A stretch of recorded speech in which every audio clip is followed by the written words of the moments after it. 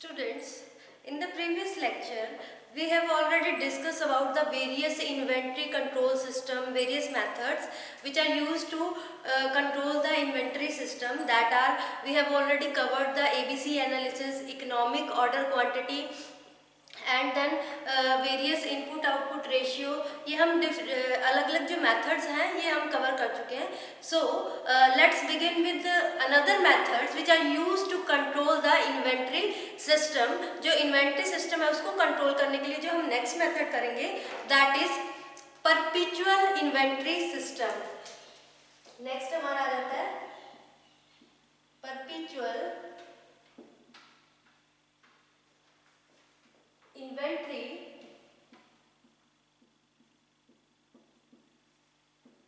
System.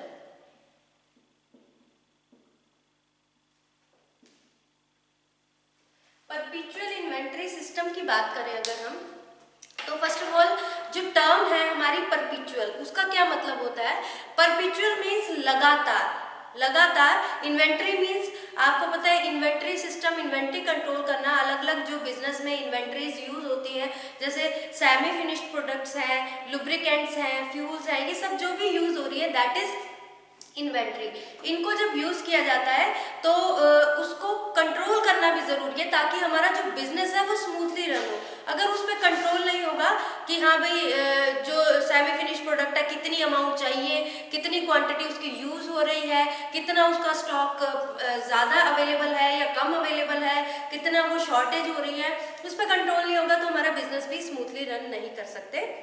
सो perpetual inventory system क्या होता है. इट इज अ सिस्टम, इसमें रिकॉर्ड किया जाता है store balance after every receive. इसमें जो स्टोर में जितना भी मटेरियल पड़ा है ना उसको दैट मटेरियल को हम क्या करते हैं, उसकी कोई भी इशू करा है मटेरियल किसी को या फिर रिटर्न में आ रहा है या फिर कोई भी रिसीव हो रही है तो उसकी रेगुलर चेकिंग होती है ताकि जब भी हम जो भी स्टॉक है उसकी क्लोजिंग करें, स्टॉक की क्लोजिंग करें तब उसमें कोई भी प्रॉब्लम ना आए. उसको जो भी हम स्टॉक क्लोजिंग करते हैं ताकि हमें सब पता है भी हमारे पास इतना मटेरियल अवेलेबल था, इतना हमारा यूज हो गया, इतना यूटिलाइज हो गया, इतना हमारे पास पेंडिंग पड़ा है. तो परपेचुअल मतलब होता है लगातार. साथ के साथ अगर हमें इसको डिफाइन करना पड़े तो हम इसको इस तरह से डिफाइन करेंगे. It is the recording store balance after every receipt and issue to facilitate regular checking and to prevent close down of stock taking. इसकी अगर हम डेफिनेशन लिखते हैं तो it is a record of store balance after, it is a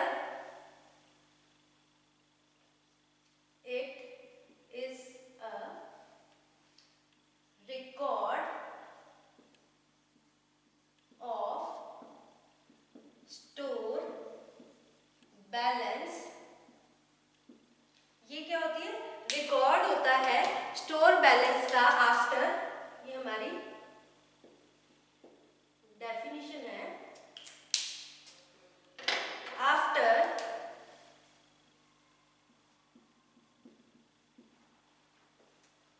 every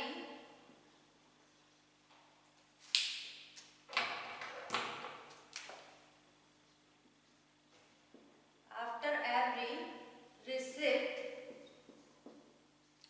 and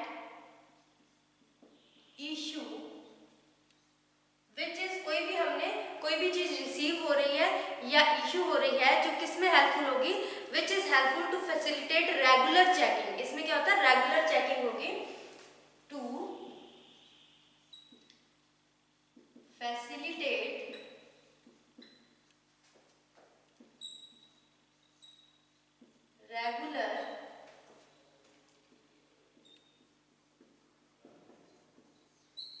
regular checking and to prevent, और किस चीज को प्रिवेंट करेगा, and to prevent close down of for stock taking. Close down for stock taking. कितना stock आ गया है, कितना स्टॉक पेंडिंग है, ये सारी चीजें हमें परपेचुअल इन्वेंटरी सिस्टम से पता चलेगा। अब परपेचुअल इन्वेंटरी सिस्टम में क्या होता है, इसमें जितनी भी कोई भी अगर आप कोई चीज रिसीव हो रही है या फिर उसको इशू कर रहे हैं तो वो सब कहाँ पे एंटर होएगा, उसको एंटर करने के लिए कुछ रजिस्टर चाहिए, तो वो सारी एंट्री कहाँ पे होगी, एक रजिस्टर में होगी जिसको बिन कार्ड कहा जाता है। बिन कार्ड में क्या होगा, सारा जितना भी बैलेंस है वो उसमें एडजस्ट किया जाएगा। तो बिन कार्ड क्या बन गया, bin card is also called as perpetually inventory record, उसको परपेचुअल इन्वेंटरी रिकॉर्ड कहा जाएगा।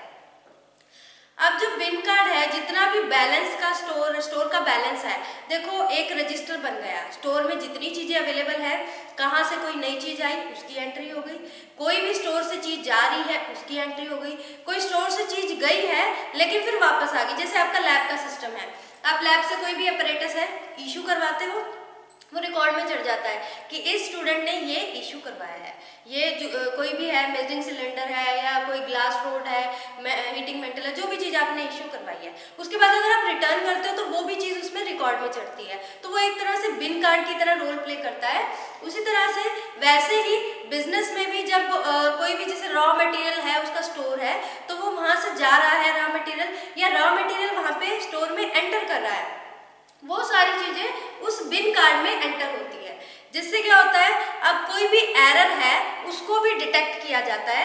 कैसे, बिन कार्ड होता है और एक स्टोर लेजर होता है, उन सारी चीजों से भी कौन सी चीज इशू हुई है, कौन सी चीज रिसीव हुई है, उससे हम डिटेक्ट कर लेते हैं कि हमारे पास रिकॉर्ड होता है तो हम डिटेक्ट कर सकते हैं बड़ी इजीली कि ये चीज़ हमारे को रिसीव हुई थी, इतना मटेरियल, इतनी क्वांटिटी हमारे पास अवेलेबल है और इतनी हमारी आ गई है, ये लेटेस्ट हमारा रिकॉर्ड है, वो सब किस में होगा, बिन कार्ड में। लेकिन अगर आप एंट्री ही नहीं करोगे, कोई चीज़ आ रही है, लेटेस्ट एंट्री स्टॉक की नहीं हो रही भी, कितनी अवेलेबल है, कितनी न्यू आई है या कितनी हमारे यहाँ से चली गई। जैसे कोई डिपार्टमेंट होता है कि प्रोडक्शन के लिए आगे जानी है तो रॉ मटेरियल जा रहा है स्टोर से, अगर वो जा भी रहा है तो वो भी उसकी एंट्री होगी भी कितनी रिक्वायरमेंट थी और इतनी रिक्वायरमेंट के बाद वो किसको अवेलेबल करवाई गई, आगे प्रोडक्शन डिपार्टमेंट को अवेलेबल करवाई गई। तो वो सारी एंट्रीज किस में लिखी जाएगी, बिन कार्ड में। और बिन कार्ड और स्टोर लेजर दो इस तरह के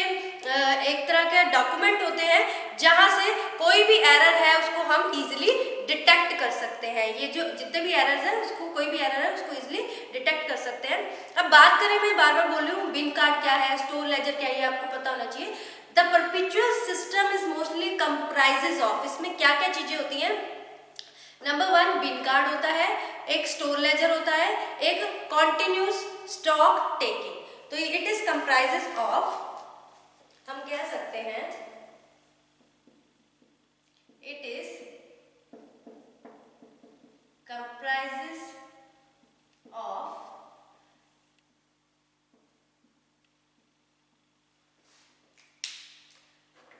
इसमें क्या क्या, एक तो बिन कार्ड,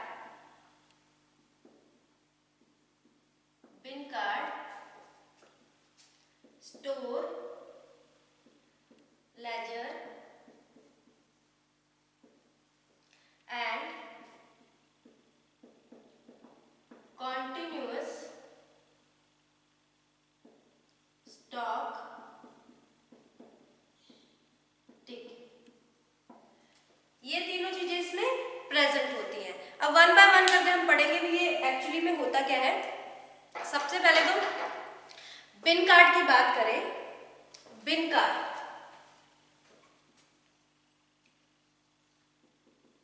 बिन कार्ड, बिन कार्ड क्या होता है एक्चुअली में, जो बिन कार्ड एक स्टोर कीपर होता है वो क्या करता है, रिकॉर्ड बनाकर रखता है सारे मटेरियल का, जितना भी मटेरियल या जितना भी गुड्स है which are available in the store, जो कि स्टोर में प्रेजेंट है, स्टोर में अवेलेबल है, उसका एक रिकॉर्ड बना के रखता है, एक रजिस्टर बना के रखता है। उसको एक तरह से रेडी रेफरेंस कह सकते हैं। अगर हमने जानना है कि क्या स्टोर में, जैसे हमारे स्टोर में क्या पैरासीटामोल पाउडर अवेलेबल है या नहीं है, तो उसने स्टॉक रजिस्टर जो हमारा बिन कार्ड है उसमें ये मेंशन कर रखा होगा स्टोर कीपर में कि पैरासीटामोल इतनी क्वांटिटी हमारे पास अवेलेबल है और आज इतनी क्वांटिटी उसकी यूटिलाइज हो चुकी है, वो प्रोडक्शन यूनिट के पास चली गई है। तो ये क्या है, एक तरह से कौन रखता है, स्टोर कीपर रखता है। ये पूरा रिकॉर्ड होता है, जितना भी मटेरियल जो भी अवेलेबल है इन द स्टोर और गुड्स वगैरह मटेरियल जो भी अवेलेबल है, इसको रेडी रेफरेंस भी कहा जाता है। It is also known as ready reference. ये क्या शो करता है? इट शोज द मटेरियल भी, कितना मटेरियल रिसीव हुआ है, कोई नया मटेरियल आया है वो कितना, यहाँ पे कितना पैरासीटामोल नया अब स्टॉक आया उसका कितना इशू, और वहां से यूज के लिए आगे फर्दर यूज के लिए वो कितना आगे इशू कर दिया और कितना हमारे स्टॉक में पेंडिंग है। ये सब किससे हमें पता लगता है? इस बिन कार्ड से। तो हम कह सकते हैं दिस बिन कार्ड शोज, ये क्या करता है? शोज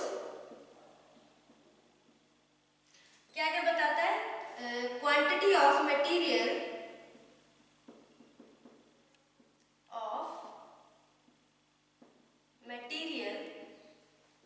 जो मटेरियल है वो कितना हमारे पास रिसीव हुआ,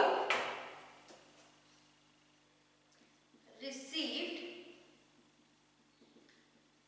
कितना रिसीव हुआ, ठीक है, एंड कितना रिसीव होने के बाद कितना स्टॉक में अवेलेबल है और कितना इशू हुआ, इशूड,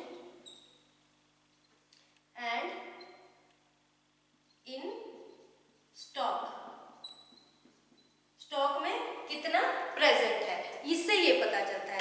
अब आगे बात करें इसकी कि इसमें जितना भी मटेरियल होता है, यूज ऑफ ईच मटेरियल, चाहे वो रिसीव हो रही है, चाहे उसकी इशू कर रहे हैं, चाहे वो रिटर्न में आ रहा है, ये सारा कुछ किस में रिकॉर्ड किया जाता है? इस बिन कार्ड में। और किस तरीके से रिकॉर्ड किया जाता है, इसका भी एक मेथड होता है। क्रोनोलॉजिकल ऑर्डर में इसको लिखा जाता है। इसमें क्रोनोलॉजिकल ऑर्डर मींस इसको सीरीज में लिखा जाता है, यानी सीरीज कैसे इसकी बनाई जाएगी? जो लेटेस्ट बैलेंस है वो पहले लिखा जाएगा, उसके बाद जितना भी कोई भी रिसीव आफ्टर कोई भी रिसीव्ड है, इशू है, ठीक है, तो वो उसके बाद वो लिखा जाएगा latest balance shown after received और इशू। कोई भी रिसीव है या इशू कर रहे हैं उसके बाद लेटेस्ट बैलेंस लिखा जाएगा। तो इस तरह से इसको क्रोनोलॉजिकल ऑर्डर में लिखा जाता है। अब इसमें इसका एक पैटर्न होता है। अगर हम बताएं कि इसको किस तरह से जो स्टोर लेजर है, जो बिन कार्ड है, इसका फॉर्मेट कैसा होता है, फॉर्मेट की बात करें तो इसमें इस तरह से कुछ फॉर्मेट होता है इसका।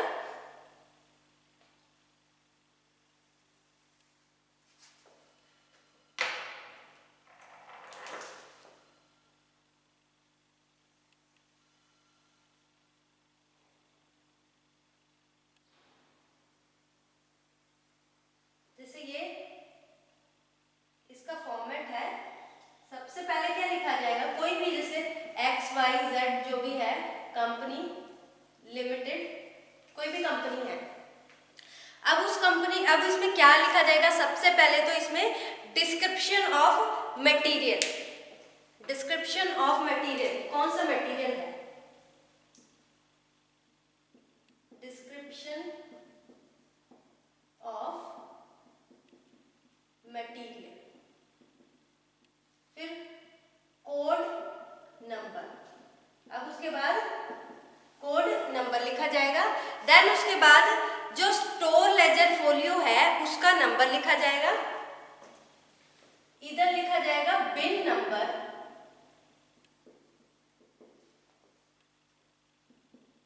Store ledger folio number. अब यहाँ पे बिन नंबर के बाद में कितनी जो नॉर्मल क्वांटिटी है वो ऑर्डर की है और कितना मैक्सिमम स्टॉक अवेलेबल है, normal quantity, maximum stock available, कितना अवेलेबल है,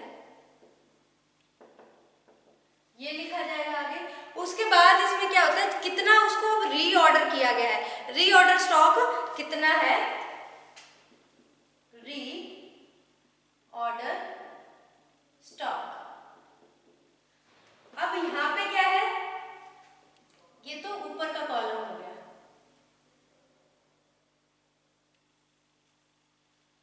अब नीचे यहां पे सबसे पहले क्या लिखा जाएगा?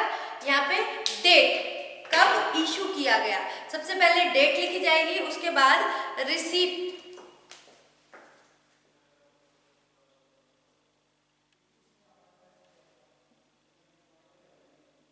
डेट, रिसिप्ट, किस डेट को कौन सी चीज है वो रिसीव हुई है। उसके बाद रिसिप्ट के बाद आ जाएगा इशू और लास्ट में आ जाएगा बैलेंस क्वांटिटी। ये तो रिसीव हो गया, उसके बाद कौन सी चीज इशू की गई है, इशू। नेक्स्ट आ जाएगा बैलेंस क्वांटिटी।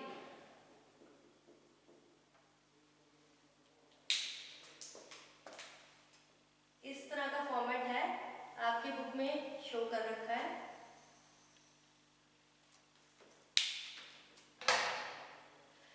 तो डेट के बाद रिसीप्ट, उसके बाद इशू, उसके बाद बैलेंस क्वांटिटी।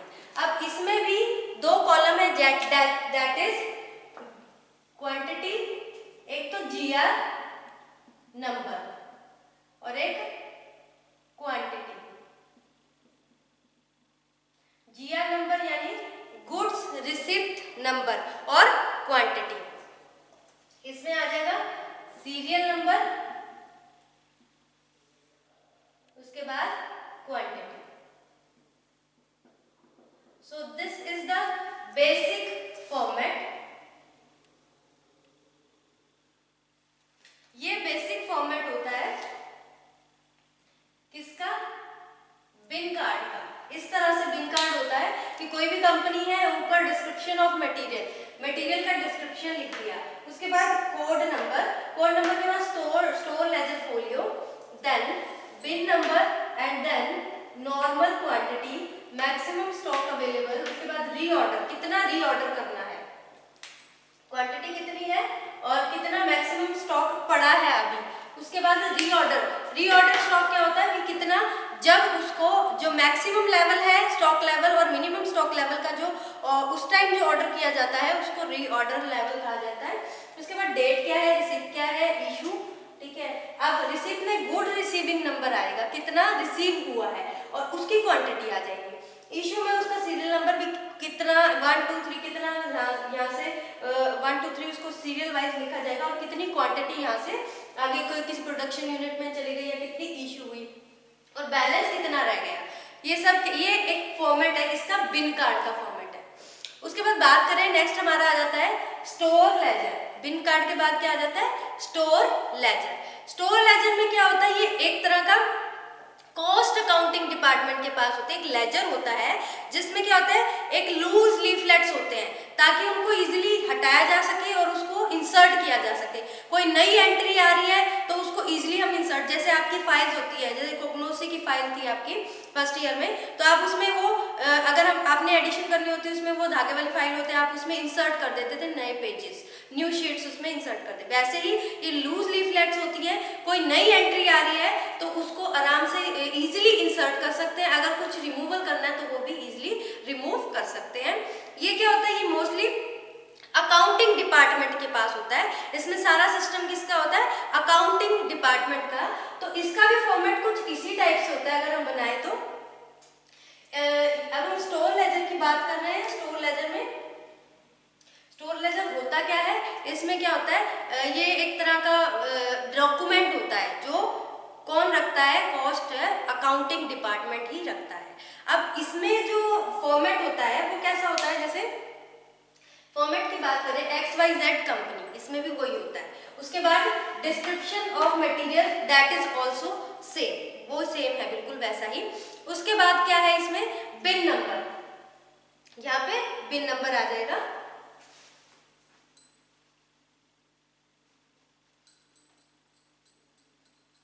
अब ये स्टोर लेजर फोलियो खुद है, स्टोर लेजर है, तो यहाँ पे क्या आ जाएगा, बिन नंबर।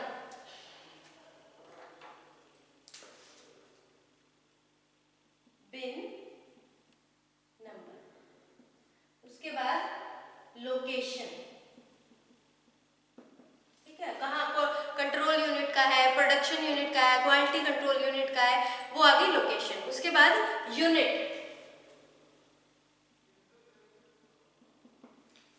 उसके बाद इसमें मैक्सिमम स्टॉक कितना है, मिनिमम स्टॉक कितना है, रीऑर्डर लेवल कितना है। यहाँ पे मैक्सिमम स्टॉक कितना, ज्यादा से ज्यादा स्टॉक अवेलेबल है, मिनिमम स्टॉक, मिनिमम स्टॉक कम से कम कितना स्टॉक पड़ा है किसी भी चीज का, कितना भी स्टॉक, कोई भी हो सकता है मटेरियल, किसी भी तरह का मटेरियल हो सकता है, रॉ मटेरियल भी हो सकता है। उसके बाद reorder level, reorder level and reorder level मतलब कि कितना मैक्सिमम और मिनिमम स्टॉक के बीच वाला, वो हो गया रीऑर्डर लेवल। ऑर्डरिंग क्वांटिटी,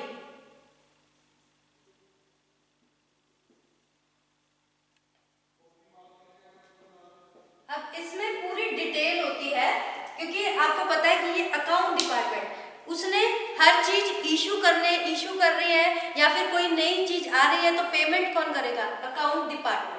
तो उसके पास हर एक चीज का पूरी डिटेल होती है। तो इसमें क्या होती है, डेट हो गया, डेट के बाद रिसीट, रिसीट के बाद इशू के बाद बैलेंस। अब इसके ये जो नीचे जो क्वांटिटीज हैं,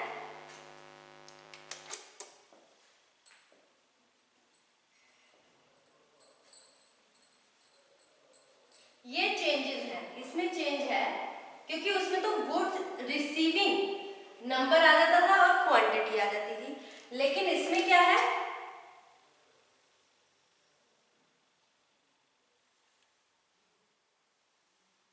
डेट, किस डेट को इशू हो रहा है, बैलेंस क्वांटिटी। रिसीव की बात करें, रिसीवल में क्या आ जाएगा, इसमें सबसे पहले गुड रिसीविंग नंबर, कितनी क्वांटिटी है और उसका अमाउंट। अब ये देखो अकाउंट डिपार्टमेंट है, इसमें वो तो सेम है, गुड्स रिसीविंग नंबर, ठीक है। देन गुड रिसीविंग नंबर के बाद कितनी quantity, quantity. After then quantity के बाद इसमें कितना उसका रेट है, जो चीज ऑर्डर रिसीव की जा रही है, रेट, और कितनी अमाउंट पे की गई है, अमाउंट कितनी पेएबल है। ये तो हो गया रिसीप्ट में। इशू में क्या है, इशू में भी सेम है, गुड्स, कोई भी चीज इशू की जा रही है तो उसका गुड्स रिसीविंग नंबर क्या है, आफ्टर देन कितनी क्वांटिटी उसको इशू की गई है, देन उसका रेट क्या है प्रोडक्ट का, जो भी गुड्स मटेरियल जो भी प्रोवाइड किया गया है, इशू किया गया है, एंड आफ्टर देन उसकी अमाउंट कितनी पे की गई है।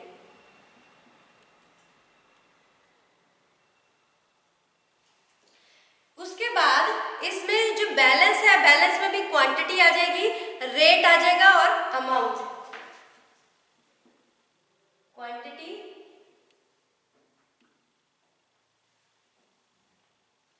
रेट,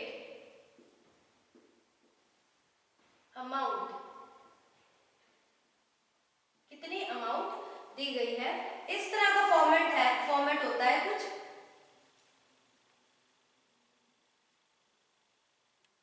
इस टाइप का फॉर्मेट होता है।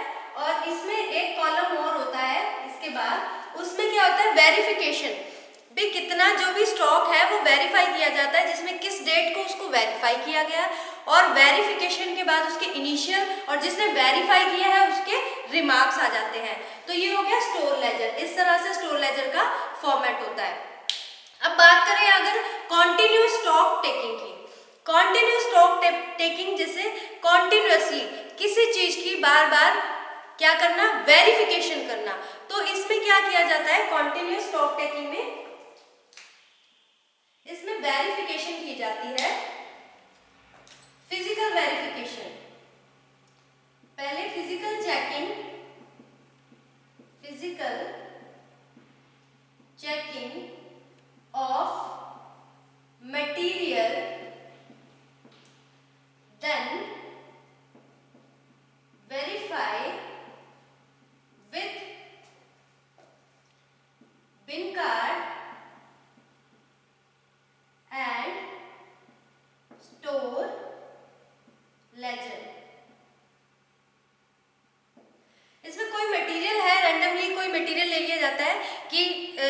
कॉन्टिन्यूसली उसकी कुछ ही मटेरियल्स की इसमें चेकिंग होती है, सारे मटेरियल को चेक नहीं कर पाते कि जैसे कोई भी काम है साथ के साथ काम चल रहा है और कुछ मटेरियल सेलेक्ट कर लिया, उसकी डेली बेस पे कॉन्टिन्यूस डेली बेस पे चेकिंग हो रही है। अब डेली बेस पे हो रही है तो डेली हर एक मटेरियल को चेक नहीं कर सकते, क्योंकि हर एक मटेरियल को चेक तो उसकी बारी साल में एक बार या 2 बार या 3 बार इस तरह से आएगी। तो इसमें कॉन्टिन्यूसली चेकिंग होती है, फिजिकली चेक किया जाता है कि क्या हमारा इतना स्टॉक अवेलेबल है, इतना स्टॉक अवेलेबल है, फिर उसको वेरीफाई किया जाता है कि हाँ हमारे पास तो ना ये 500, जैसे फॉर एग्जांपल पैरासीटामोल है, ये 500 ग्राम पड़ा है, लेकिन फिर वो बिन कार्ड में चेक करते हैं, बिन कार्ड में कितना मेंशन कर रखा है, एंट्री कितनी कर रखी है, 500 ही कर रखी है, इसमें इतना यूज हुआ है, क्या उतना बिन कार्ड में एंटर कर रखा है या नहीं कर रखा, अगर यूज नहीं है इतना बैलेंस अवेलेबल है। तो इस तरह से फिजिकली उसको चेक किया जाएगा कि हमारे पास जो भी गुड्स है, मटेरियल है, वो कितना हमारे पास अवेलेबल है, फिर उसको वेरीफाई किया जाता है किसके साथ, बिन कार्ड के साथ, स्टोर लेजर के साथ, जिससे एरर डिटेक्ट हो जाती है। तो ये होती है कॉन्टिन्यूस स्टॉक टेकिंग। इसमें ये होता है कि अपना जो रेगुलर का डेली बेस का काम है वो भी डिस्टर्ब नहीं होता और साथ के साथ चेकिंग भी होती रहती है और वेरीफाई भी होता रहता है कि कितना मटेरियल हमारे पास अवेलेबल है, कितना आगे कंज्यूम हो गया, कितना बैलेंस पड़ा है। So these are 3 things which are comprises which perpetual inventory system comprises: bin card, store ledger and continuous stock taking। अब इसके एडवांटेजेस क्या है? इसके एडवांटेज ये है, सबसे पहले तो ये किस में हेल्प करता है, डिटेक्शन ऑफ एरर, कोई भी एरर कोई भी मिस्टेक है उसमें हेल्पफुल है, जैसे कि मैं डिटेल में करवा चुकी हूँ तो वो उससे ही पता लग जाता है। चेकिंग ऑफ स्टोर आइटम्स, इससे क्या होता है, जो स्टोर आइटम्स है ना उसकी चेकिंग हो जाती है मेथोडोलॉजिकल वे में, एक प्रॉपर सिस्टमैटिक वे में, ऐसा नहीं कि जब मन करा वो चेक कर लिया, कुछ चीजें रह गई, उससे कुछ सिस्टमेटिक वे से नहीं होता तो हर चीज डिस्टर्ब हो जाती है। मेथोडोलॉजिकल वे कैसा है भी, इसमें जो रोज का रूटीन वर्क है वो भी डिस्टर्ब नहीं होता, एंटरप्राइज का कोई भी बिजनेस का, और साथ में चेकिंग भी हो जाती है। नेक्स्ट है टाइमली एक्शन ले लिया जाता है। अब हमें कोई पता लग गया कि हाँ ये चीज शॉर्टेज चल रही है इस चीज की, तो उसको क्या किया जाता है, टाइमली एक्शन लिया जाता है, उसको जल्दी जल्दी ऑर्डर किया जाएगा, भैया हमारे पास अवेलेबल नहीं है, इसको ऑर्डर किया जाए। उसके बाद नेक्स्ट आ जाता है, एक तरह से स्टाफ की भी मोरल चेकिंग हो जाती है कि हाँ हमारे पास इतना प्रोडक्ट अवेलेबल है, क्या एंट्री भी उसने सही की है या नहीं की, कोई डिसऑनेस्टी तो नहीं दिखा रहा, तो ये भी इसका एक एडवांटेज है परपेचुअल सिस्टम का। और it is also helpful in compilation of profit and loss account balance sheet. अब देखो जो स्टोर लेजर है उसमें सारा कुछ आ जाता है भी, इतनी क्वांटिटी हमारे पास अवेलेबल है, ये रेट का था, इतनी अमाउंट है, उस डेट को ये इसकी जो रेट था वो ऐसा था और अब ये इंक्रीज हो रहा है, चलो चेंज कर लेना चाहिए। तो एक तरह से कंपाइल कर देता है भी कितना जो भी बिजनेस है उसको प्रॉफिट हो रहा है या लॉस हो रहा है, बैलेंस शीट बना देता है। उसके बाद नेक्स्ट एडवांटेज ये है कि अगर किसी भी चीज की ओवर स्टॉकिंग नहीं होने देता, अंडर स्टॉकिंग यानी स्टॉक से ज्यादा नहीं बढ़ने देता और स्टॉक से कम नहीं रहने देता, तो ये अवॉइड करता है परपेचुअल इन्वेंटरी सिस्टम, ये मैक्सिमम और मिनिमम स्टॉक लेवल को भी वेरीफाई कर देता है। So these are the advantages of perpetual system and this is all about the perpetual system which is used for the inventory control. ये हमारा हो गया परपेचुअल सिस्टम। नेक्स्ट में हम पढ़ेंगे दूसरा मेथड पढ़ेंगे हम कि किस तरह से अदर मेथड्स के साथ हम जो इन्वेंटरी कंट्रोल कर सकते हैं। So thank you students.